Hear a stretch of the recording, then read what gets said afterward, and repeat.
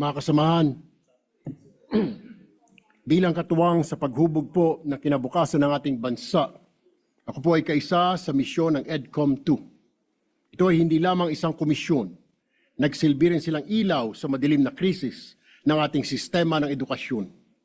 Sa loob lamang po ng 3 taon na patunayan ng EDCOM 2 na ang pagbabago ay hindi lamang isang pangarap, kundi isang planong may konkretong hakbang. Kaugnay nito, nagtitiwala kami sa maigting na pagbabantay para maisakatuparan ang 10-year National Roadmap na nakapaloob sa Turning Point EDCOM 2 Report. Ito ang magsisilbing gabay sa pagpapabuti ng antas ng edukasyon sa bansa.